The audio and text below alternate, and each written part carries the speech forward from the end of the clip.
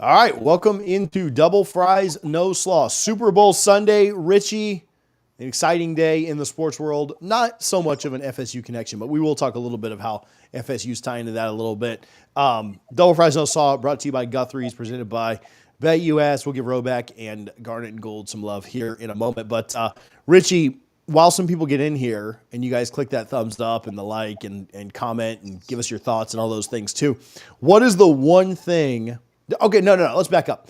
Are you a fan of going to Super Bowl parties, or would you rather stay home watch it yourself? Do you like to host a Super Bowl party? You like to have buddies out? Like, do you like to go out? Like, what do you do for the Super Bowl? So I just turned 20 or 37. Oh my! Not I was going to say, no, you didn't. No, when I was younger, I'd go out to a bar or go to a buddy's house and whatnot. But typically every year I watch the Super Bowl at home by myself with Lindsay. The last time we watched it with anybody else was in 2021 when the Bucks were in it against the Chiefs, and I had like 6 or 7 friends over to the house. But yeah, I'm not going out. I'm staying home. I'm making some jambalaya today. My wife is from New Orleans, so the Super Bowl being there just felt like the right thing to do. So I'm looking forward to that, sitting on my couch. And, if halftime comes, I know it's an early kickoff, which I really appreciate. Thank you, Roger Goodell and the NFL for the 6:30 kickoff. But if I get tired by halftime, we can just go into the bedroom and we have the Tempur-Pedic adjustable base, and I can put the bed up and watch the end of the game there. But yeah, I'm not a big Super Bowl party guy. Yeah, I'm not either. I don't love – okay, so I don't think that we've never done this show because we think that we're the most knowledgeable football fans or that we have the best takes or anything like that. Like we start – so I'm going to say this, and I don't want it to come off as like I know so much. There are so many of you watching this or that will watch this replay know more about football than me, and I'm okay with that, right? Like we just wanted to be passionate and talk about the Knowles. I can't stand watching the Super Bowl with people that don't know what the heck they're watching. And again, I don't know very much. But if you know less than me, I know that maybe that comes off the wrong way. But we're going to see a whole lot of Taylor Swift tonight. I'm good with that. I like Taylor. I know a lot of people don't, but that's fine. But I want to watch. So like when we've done Super Bowl parties in the past, it's kind of like what you just said. You had buddies over to watch the Bucks. Like I would have 3 or 4 or 5 buddies over that I knew about football and would enjoy the game. I don't necessarily want to sit there and talk to anybody during the game. I don't really have a lot of I don't know. I just kind of want to watch the game. Now that said, we're supposed to go to a Super Bowl party tonight because Kara signed us up for it. And so to that point though, I'm putting the over under since it's a heavy gambling day, 4.5 phone calls from my mother-in-law who will see something happen and she will immediately call me and say, what happened here? Why did they make that decision? Why was that a penalty? Why? And I'm used to it now. I've been with my wife for 10 years, been married for almost 8. So I'm used to her mom, but I am so prepared for her to call and ask just dumbass questions. That is not very nice, but it is hilarious to hear you say it. As my light just went out, let me try and figure something out with that while we do this. Yeah, no, but I am looking forward to the Super Bowl. You mentioned, what is it? The jambalaya you're making. I think my wife's making like pepperoni pizza sliders. Nice. So okay, yeah, those are great. We stole that from Publix. Publix makes those, and then Kara makes them better and cheaper. Yeah, I love it. Yeah. So, but Publix's are really good too. So this isn't a shout out for Publix, but if you are in a last minute pinch, that's not a bad idea to go get. Always get those, and then so she's making those. I'll probably leave at halftime. I'm a big leave at halftime. Like I want to see the end of the game by myself, or like I said, if you were over or something, that'd be fine. Harlan, whatever. I don't necessarily want to be in a big group of 30 people watching the game because I want to see the game. Goodbye.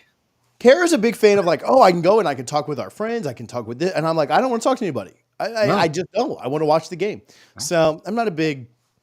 Because I'm going to have. I mean, you can give BetUS a little love real quick because I'm going to have at least 12 bets so far. I know I'm a nerd. I'm tracking it all. All right. We'll talk about the actual game. I will give BetUS some love in a minute, but let me start with Guthrie's. Guthrie's, all 3 locations: 1818 West Tennessee, 2550 North Monroe, and 2870 Appalachian Parkway. If you are looking for some grub in Tallahassee or anywhere near a Guthrie's for the Super Bowl tonight, not really a better option than chicken fingers and French fries. Their sweet tea, whatever you're getting, make sure that you're getting it double fries. You can leave the slaw. Super Bowl, no Super Bowl slaw. You can pass on all the Super Bowl slaw. There's really no reason for it. You can pass on it. Just get the tenders and the fries. So, okay, I think, and I know nobody tuned in to necessarily hear about the Super Bowl, but it is the biggest day in sports across the calendar. So we are going to talk about it for just a minute, and then we'll move on to some FSU stuff. I think the Eagles are built to slow down the Chiefs and to have some success against the Chiefs. I think it's a really good matchup. I think that the Eagles are a really good team. They run the ball well. They play defense really, really well. And I think that if you looked at every single matchup, the wide receivers against the Chiefs DBs, the offensive line versus the Chiefs defensive line, the offensive running game against the Chiefs defense, I do think the Chiefs defense is kind of built to slow down the Eagles rushing attack a little bit, as much as you can against Saquon Barkley. The only one but all of that said, as much as I think the Eagles match up really well, I can't bet against Mahomes. So I'll give you my pick now. I don't even have to go any super deep on this and tell you try and hype this up until I see them lose in a non-COVID, as much as it helped our Bucks. They had 3 offensive linemen not starting that game, and that was the problem. Like, they had no time at all for Mahomes to do anything. And they were playing and they played in Tampa in a COVID type year. So I don't know. I think I'm thankful that game wasn't like neutral site, when they were healthy. If they had been healthy in that game, I think we'd have had some problems. Like, if their offensive line would have been there, I think it would have at very least been a very good game, as opposed to kind of the blowout that it was. So until I see the Chiefs lose, I'm picking the Chiefs. And I don't like the Eagles. I know that, we've talked about this before, but yeah, I think the Chiefs win tonight. I don't think it's a blowout or anything. I think it's close. I think it's a fun game. Over under at 48.5, like you talked about, probably plenty of points in it. I think the Eagles have a lot of success, and I do think that I think the Chiefs win, just because until I see Mahomes drop one, I just have no faith that they're going to. So what do you think? Yeah, I think Vegas did not build all of those beautiful resorts and casinos and Shadow Creek Golf Course and all of those beautiful things by getting emotional when they put lines on games. It's a 1-point spread. Like, the Chiefs are favored by 1 as of about an hour ago. It may have changed, but that's the last spread I saw. I do think it's going to be a phenomenal game, and I'm actually on the Eagles. I'm just going with Philly. I think that if Kansas City has to play from behind, that's a really bad position for them to be in. I think Kelsey is kind of neutralized a little bit. I'm taking the under on him. I think he was at 65.5 yards or 67.5. I love gambling on the Super Bowl, but I just think, between Saquon and Jalen Hurts, there's not a 4th and short that the Eagles will not go for, and they're going to pick it up every single time. That's just their identity. And I'm a huge fan of Sirianni, the head coach there. My wife, obviously, he did not finish his career at Alabama, but Jalen Hurts, he just seems like such a good dude. I would love to see him win a Super Bowl. So is Pat Mahomes. So it's not about that, but he's got enough. And I don't need my GOAT, Tom Brady, who finished his career in Tampa Bay, having any competition. But yeah, I do think the Eagles, if I had to put a score on it, I would say, the over-under is 48. So I don't know if it gets that high, to be honest. I'll say 24-21 Philadelphia. Yeah, I wouldn't be surprised at all. I think the Eagles are a really good matchup. I'm just going with the Pat Mahomes factor in this thing. And usually a safe bet if you do that. Not always, but usually a safe bet if you take Pat Mahomes. So maybe I'm just a sucker for that. 2 things I'm looking forward to. Do the refs make some seriously controversial calls, which a lot of people are predicting, but I don't think they will. I think it's going to be a pretty fairly officiated game. And I know Kendrick Lamar is a halftime show. They have to have Lil Wayne show up for at least one song. It's his hometown. This should have been his show, and that's my my old man gripe. Someone who grew up a Lil Wayne in the mid 2000s. So here's probably the most important thing about all of this. Is Jameis Winston, he's been the best part of the Super Bowl. I know I'm a homer. I know that I know that he's in my bio. Saw he lost his voice though, right? I mean, it does like it doesn't matter. He didn't have vision in 2013. So like he'll find a way. Like, voice, vision, ears, like that didn't smell, like whatever. He'll be fine. He didn't lose his taste buds. Yeah. Like I saw him with the crab legs there on Bourbon Street. Yeah, Okay. just fighting it, right? The number of like Fox, like I hate to give Fox credit or any of these big outlets or whatever. I'm not like a anti, establishment when it comes to media or whatever. Fox though, like the move of the Super Bowl was having Jameis Winston run around. Fox is not broadcasting the game, right? I believe it's CBS. I think it's Romo and the guys, right? And so I don't even know that confirmed, but I'm pretty sure that it's CBS with this. And so Fox found a way to have all of the attention on them for the last week and a half. Yeah. And it is so smart. I don't think that they're going to profit. It is on Fox, actually. Yeah. It is on Fox. Okay. Yeah. So I was wrong. So they doubled up. Like this should have been CBS's move. Like CBS should have done this. There's a way you can watch the Super Bowl with watching Burt Kreischer and Jameis Winston comment on the Super Bowl as opposed to watching, which again, I know he's your GOAT. I don't even think Brady's that good in the booth, but you can watch Jameis comment on the Super Bowl as opposed to watching the broad. Like that's incredible. And so as much money as they're going to make from the Super Bowl, and the ads are so expensive and this, that, and the other, right? Like the Super Bowl rotates unlike college football. Jameis covering the Super Bowl for the last week and a half has been so much better than the actual game itself, right? Now we may get an absolute classic that may go down to the last second and be a last second field goal for one or the other. That's fine.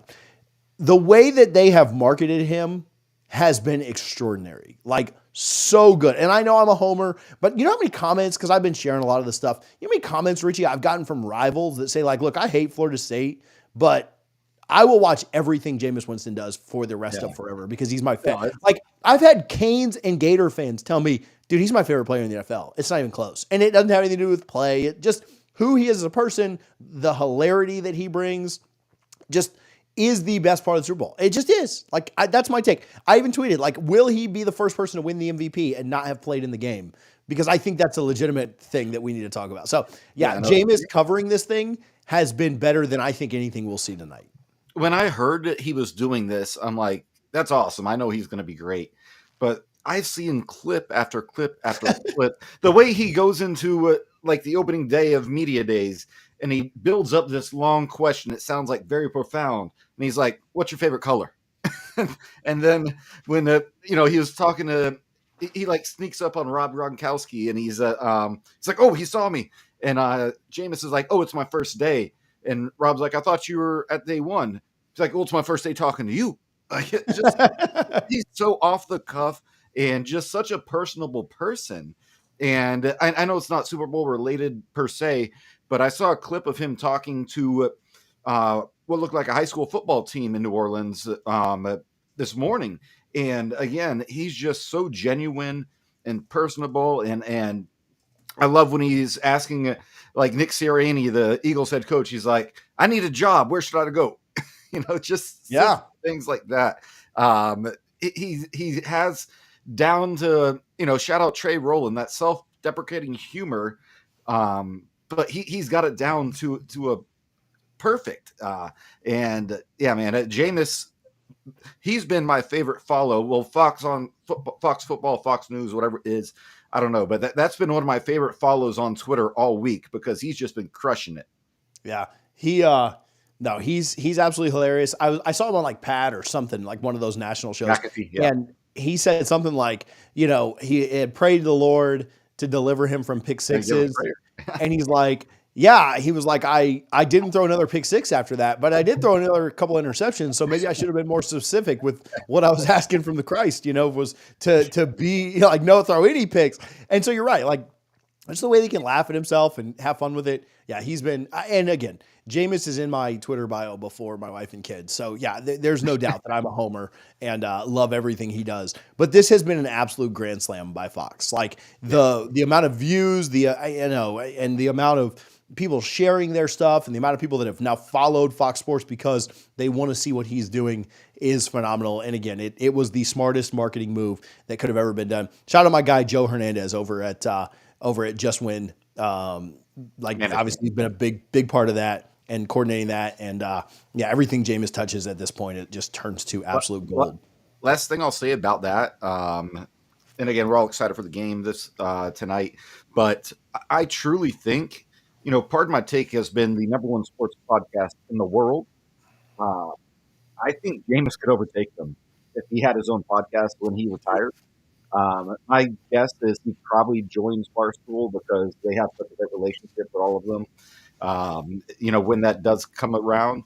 But man, I will tune into his podcast if it was daily, every single day. Yeah, dude, a Jameis Gruden podcast. Yes, would that's floating. Yeah. Oh my gosh, bro! Like it would. I mean, I'd love Jameis to join Double Fries No Slaw. I don't know that we could quite afford that. I would just live out on, under He's a made enough bridge. money. Just give him my monthly mortgage or whatever. But and live on the side of the road. But yeah, that would a Jameis Gruden podcast would just be out of this world.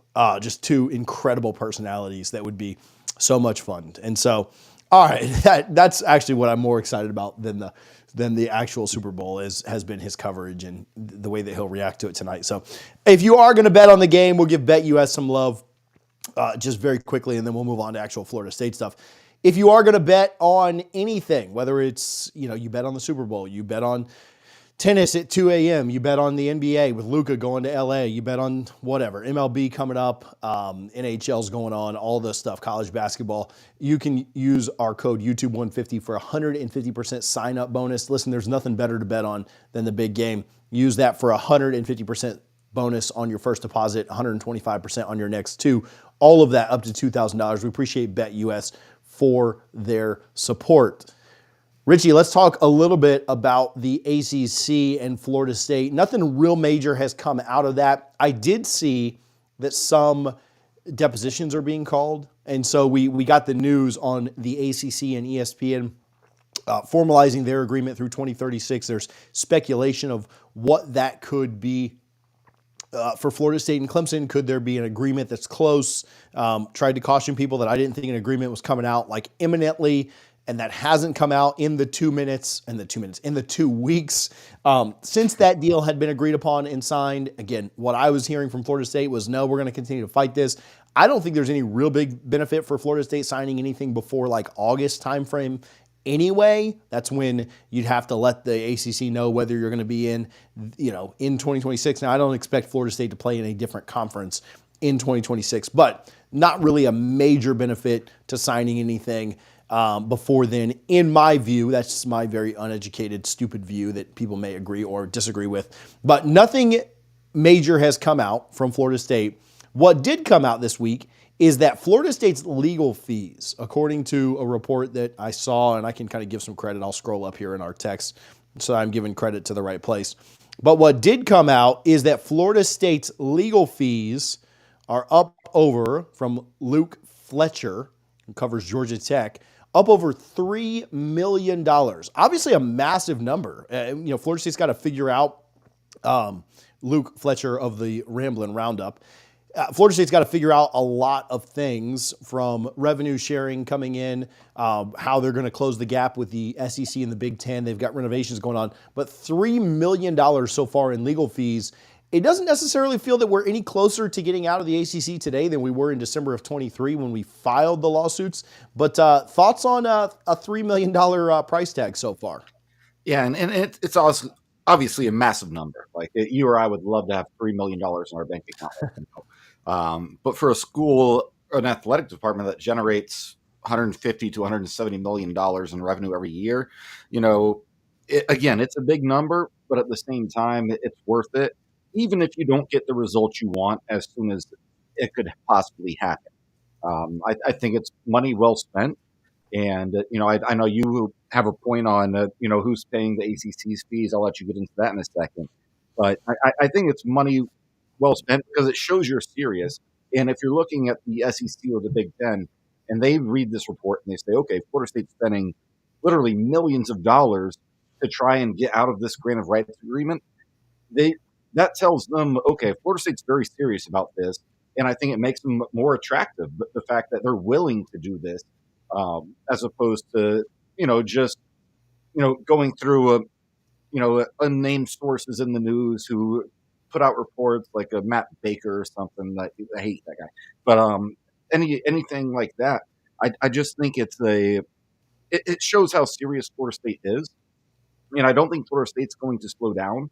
I know there's been reports about Florida State, Clemson might get more money now moving forward from the ACC as opposed to other schools, which is something Florida State proposed years ago to say, hey, if you want to keep us, pay us what we're worth, because you get all your money from television ratings and nobody watches any team in the ACC more than they watch Florida State. That is just a fact. Look over the years, look over the data. It doesn't matter. So yeah, it's a lot of money spent, but I think it's money well spent, and I think it does show how serious Florida State is right now. The other side of it is exactly what you just mentioned. And I was listening to Bud talk about this on Friday night as I drove home from Orlando. The Florida State proposed an unequal revenue sharing based on media dollars back before they sued. Alfred was talking about that late 22, early 23 timeframe. And the ACC basically said, no, we're not doing that, right? The other presidents were very opposed to that, were very anti that idea of, essentially giving Florida State, Clemson, and others a little more revenue off the top, whether that come from other ACC schools, whether that come from more money that the ESPN side of things proposes or donates or whatever. And what we essentially are likely going to get, right? Like if you had to poll anybody who has looked at conference realignment, you could ask people on both sides, people that are anti-ACC, pro-ACC, with the David Hales and the Ross Dellingers that have reported kind of from the Charlotte point of view. What is most likely is not that Florida State gets out next year or wins the lawsuit. When we talked with Rohan on the legal stuff, the most likely scenario is that they reduce the years on the contract and then Florida State gets a little more money, between now and then, right? Whether that's because of a success initiative or because of a revenue brand initiative. And what is going to happen there is in year one of any kind of brand initiative, Florida State will make more than $3 million. I'm just telling you, they're going to make more than a net $3 million, right? Like, so whatever the equals payout would be, call it $50 million just for a nice even number, they will make more than $53 million that first year that goes into place, right? Probably considerably more, closer to maybe $10 million a year. Now, does that catch you up to the ACC and Big Ten? I know we'll get comments about that. No, it does not. You don't get caught up to the ACC and Big Ten, or the SEC and Big Ten, based on anything that happens with an unequal revenue share. What you do, though, is you cover your legal fees in year one without a question, and you cover them considerably. And so people will say, oh, you spent $3 million to do this, or maybe that number, Richie, grows to $5 million. Maybe it grows to $10 million, right? I don't think it does. But maybe it grows by that much. In year one, you're covering that with what you get out of the ACC, which we could have all avoided lawsuits. It would have been bad for us. We've gotten a lot of views on that stuff. But we could have avoided lawsuits. We could have avoided the black eye for both the conference and for Florida State. I know a lot of people have been critical of what Florida State has done, maybe justified or unjustified, I don't know. But we could have avoided all of that if we would have just agreed to, again, what Florida State asked for from the jump. And so when this goes through, when this eventually is what takes place, Florida State will make up for that money almost immediately. In year one, it will be less than a year that a settlement is announced that Florida State starts to make that money back and makes it back immediately.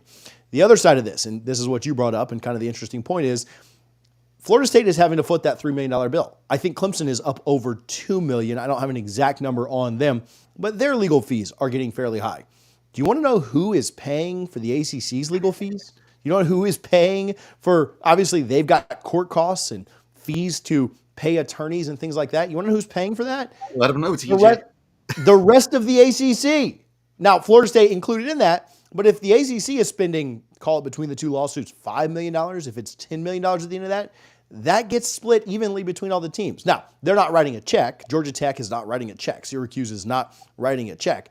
It is coming off the total revenue that's generated from the conference. The total profit, I guess is the right word. And the profit that's left over at the end of the year that the ACC splits between its members is basically being lessened because Florida State is suing the conference. And so not only is Florida State going to make up that money right away in year one of whatever is agreed upon, the rest of the ACC has footed that bill, right? Whatever. I don't know. Whatever. You don't come here to hear me talk good. But the rest of the ACC is who's paying for the other side of it. So it is somewhat ironic to me that Florida State is going to have all of their debts settled kind of right away, and the rest of the ACC is the ones paying for it. So a nice twist of irony in a crappy situation that we find ourselves in. Now, again, this doesn't catch us up to the Big Ten. This doesn't catch us up to the SEC. I understand that. And I know people will complain about it because if we're in the conference for any more than another day, that people are upset and frustrated by it. But if we just get what we asked for originally, which is I think what's going to likely happen for the next 5 or 6 years until you're likely out in that 2030, 2031 range, and we get it all paid for, and it costs the rest of the ACC money, it's not the win we wanted, but it still is a win. Yeah, and I think that's kind of what you want right now. And, I thought I think, certainly me, had a lot of hope that, okay, maybe by, August 15th of this year, we would announce our exit from the ACC. I think that seems very unlikely right now. And it's funny because they would never admit it, but if Wake Forest said, we're leaving, they'd say, okay, have a nice day. But Florida State is the bell cow of the conference when it comes to TV ratings, which is what drives revenue. And that's exactly where we're at. So I don't blame the ACC, quite frankly, for fighting in, digging their heels in and saying, listen, we're going to do everything we can to keep you, even if it costs our other schools a couple $1 million. It's smart because without Florida State, and especially without Florida State and Clemson, the conference, it's nothing. It's the MAC at that point. And I love some action on Tuesday nights. Don't get me wrong. But at the same time, they know, who butters their bread, so to speak. And it's Florida State, it's Clemson, and to some extent, it is Miami. We hate them, obviously, but they do get ratings when they're good. So, yeah, I just think this whole situation is fascinating. I think it will be in sport management textbooks in 10 years from now about how this all played out in the Sports Business Journal, which I used to subscribe to, but it was like $30 a month. Like, I can't do it anymore. Anyways, I just really think that this whole thing is fascinating, and I do think the ACC will remain around and last the test of time. But I do think Florida State, Clemson, Miami, North Carolina, at the bare minimum, are no longer in the league. I'd say as close as 5 years from now. Yeah.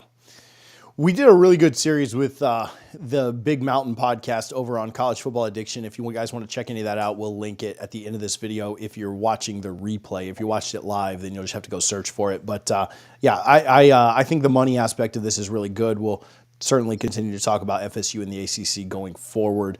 And again, appreciate BetUS. We'll say that segment there on the ACC and Florida State is brought to you by them.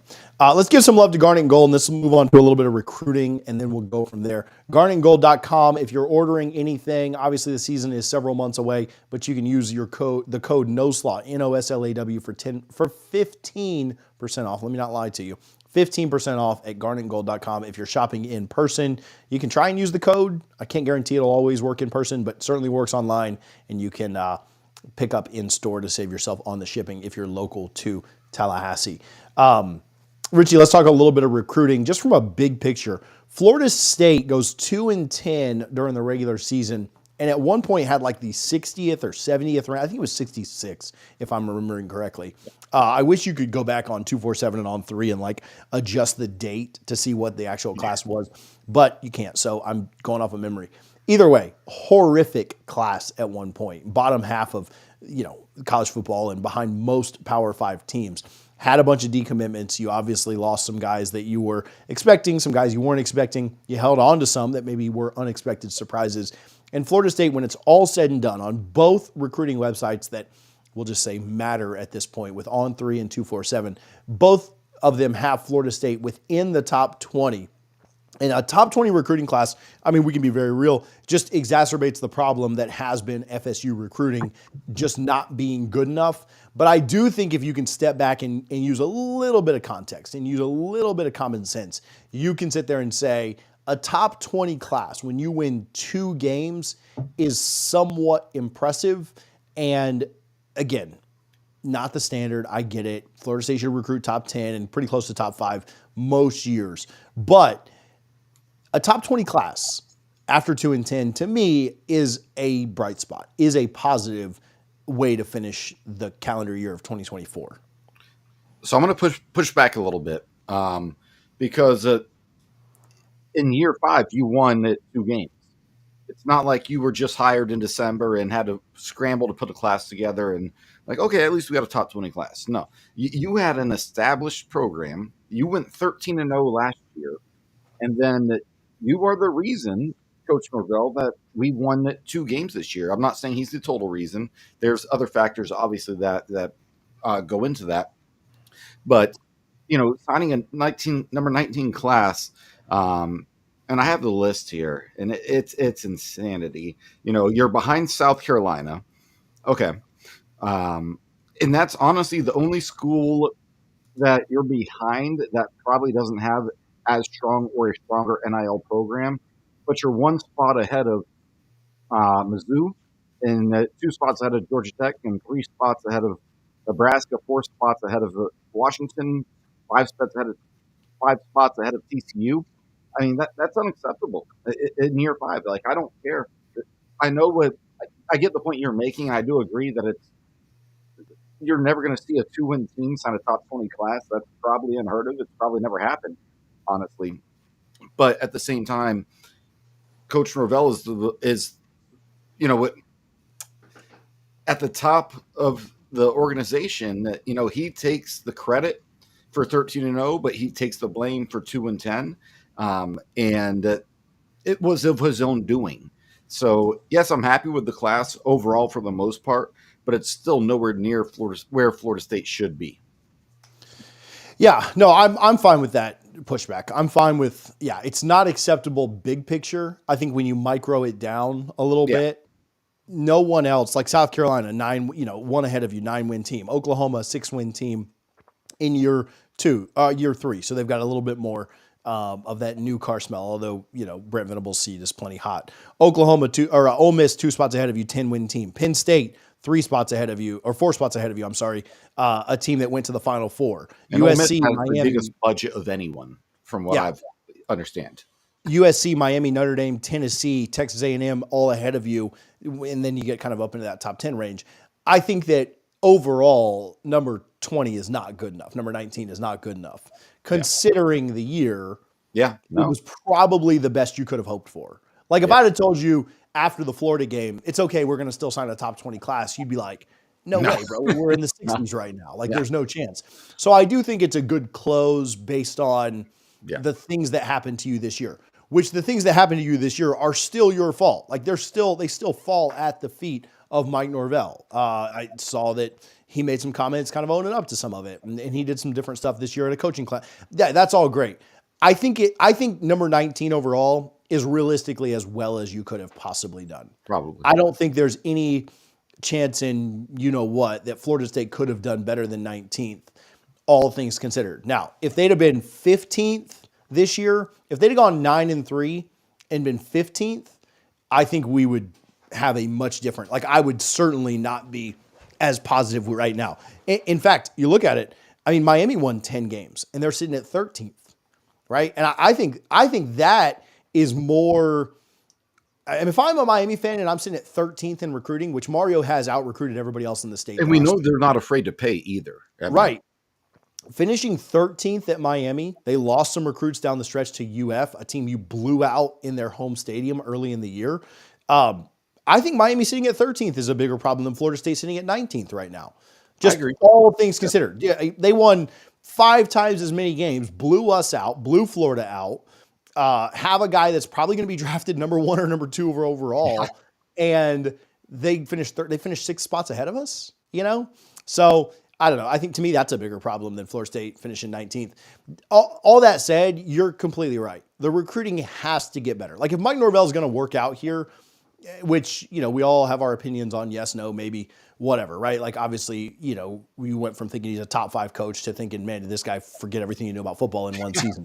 And you'd hope that turns back around the other way this year. But for him to work out, you've got to recruit, to me, you got to recruit top 12, right? There are 12 playoff spots. You got to be in the top 12. To win championships, you need to be in the top 5 consistently, but to at least get to that upper echelon of recruiting, and we give Miami a hard time. They recruited top 10 every other year that Mario's been there. So one off year isn't going to sink their recruiting efforts. They still did a pretty good job with 16 blue chip guys in their class. I do think that for Mike Norvell to work out, though, it just has to get better. And maybe with Coach Hand, maybe with Malzahn, maybe with Terrence Knighton and White and the guys that they brought in, maybe that will improve. There was a lot of dead weight on that staff last year that just refused to call kids. Hopefully that's better this year. There's still, in my opinion, I don't mean this as a super big shot. I won't even name any names on here because new year, new me.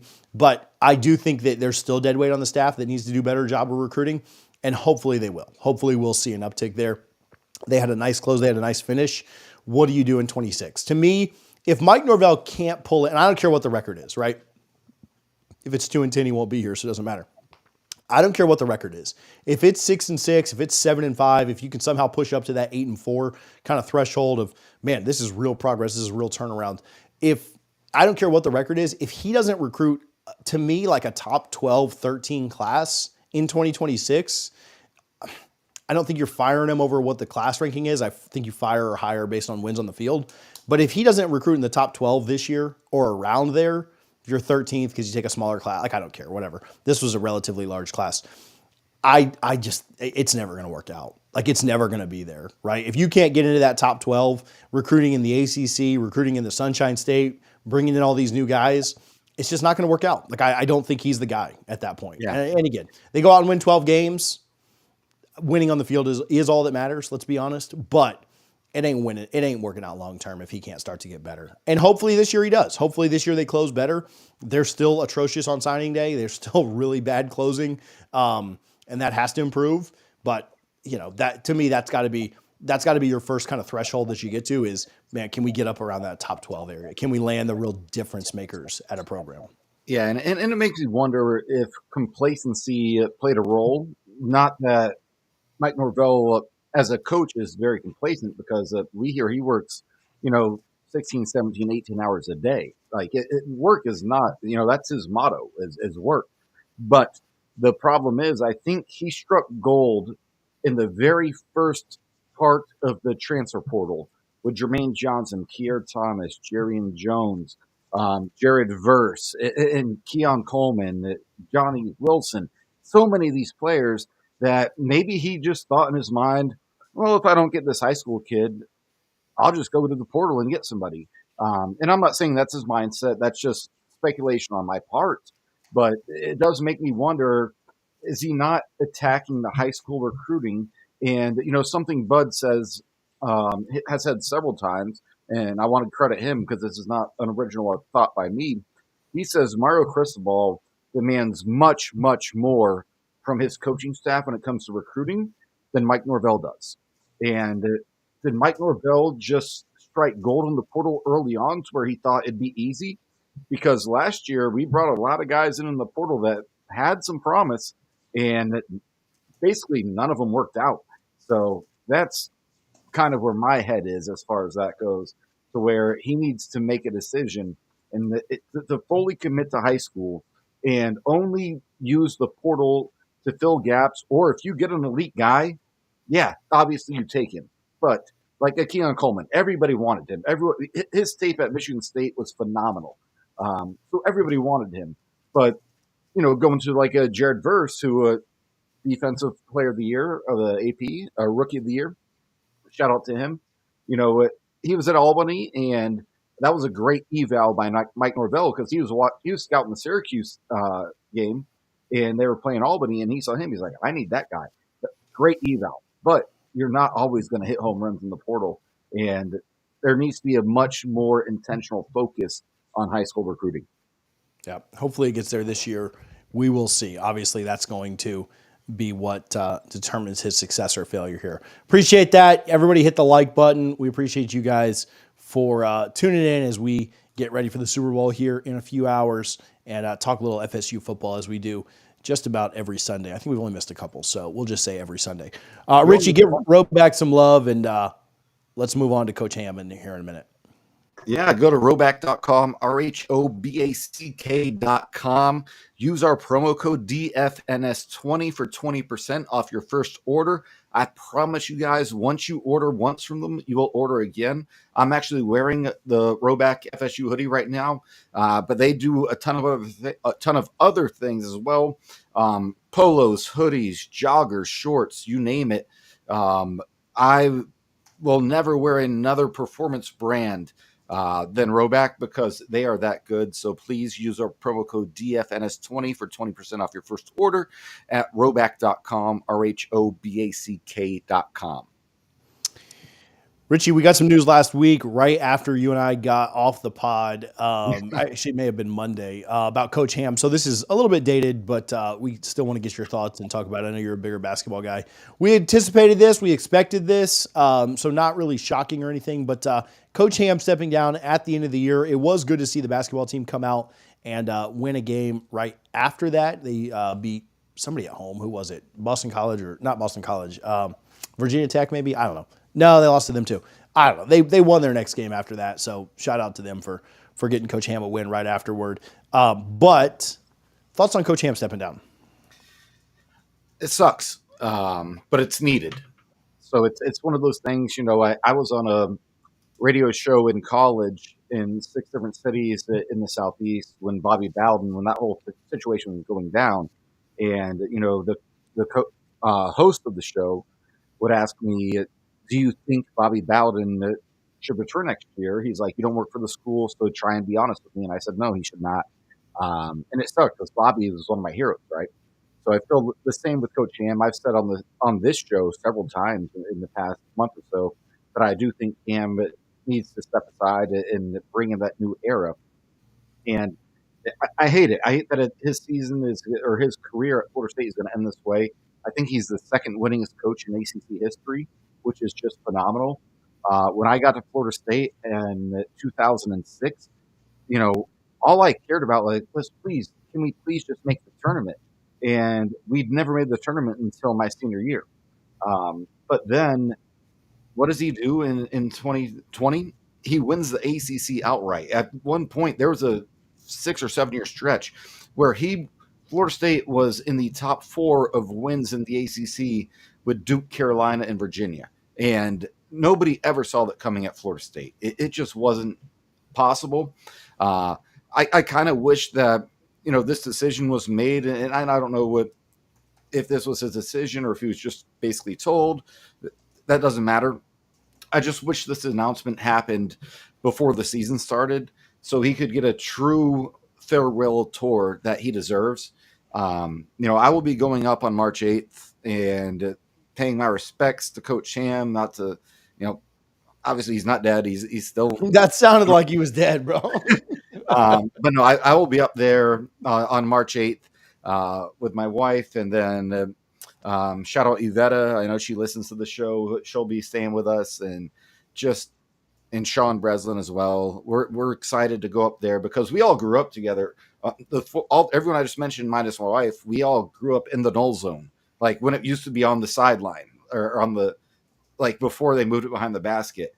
And, I hate that this has happened, but I think we mentioned this last week. How many coaches of Ham's age in any sport, or the two main sports, football and basketball, have excelled in the NIL era? It's just so new and they're just not used to that. But Coach Ham is, to me, a top 3 coach in Florida State history. I'd probably go Bobby, 11, and Ham. And what he did at Florida State, he took over a terrible program, struggled a bit, and would have won the national title, I truly believe, in 2020 if COVID did not hit us. Yeah, it just sucks that it had to go out like this, and we see this a lot in sports where guys either go out on top, kind of the Brady route. I know they had a couple years after the Super Bowl, but kind of the Brady route where you kind of go out before you start to tail off, or guys tail off and they're not great at the end. I think that, they're always chasing that one more. It's hard for competitors to lay it down, and they're always chasing kind of that one more big win or get in the tournament. I don't think Ham was ever going to win another title after 2020 robbed us. But I do think that, one more make the tournament, one more good, positive, feel-good story at the end. Some guys, kind of see that coming, and they don't want to see their legacy drop down. I'm my favorite athlete of all time, right? Like Kobe was playing 5 minutes a night until his last game of the year where he played almost all of them. But seeing that last year of Kobe, those last couple of years where he was just so banged up, it kind of sucked because the Lakers were terrible, that, he wasn't very good. He was dealing with injuries, and you kind of just wonder man, if he'd have just gone out a couple years ago, like you'd have kind of rode off into the sunset, kind of storybook. But some competitors just don't want to lay it down, so I get that. And I think Coach Ham was kind of like that. He thought he could make that one more run, and it would have been great to see it not end sour. But it was Notre Dame the other night they beat. If they could find a couple wins down the stretch, that'd be great. Just to kind of have some feel good moments. Obviously, if you could find a way to win that last game against SMU, it'd be really cool for him. And I'm sure they will play hard. You play Miami one more time, it'd be cool to beat them, and then kind of have in a few years. I think that people will. I think they do appreciate what Coach Ham has done now. I think in a few years they'll appreciate it even more, and they'll kind of remember back more of the positive times as opposed to how bad things suck right now. So, last thing I want to say about Coach Ham is, so I grew up a Syracuse basketball fan because my dad was from Syracuse. You don't grow up in Syracuse, did not love Syracuse.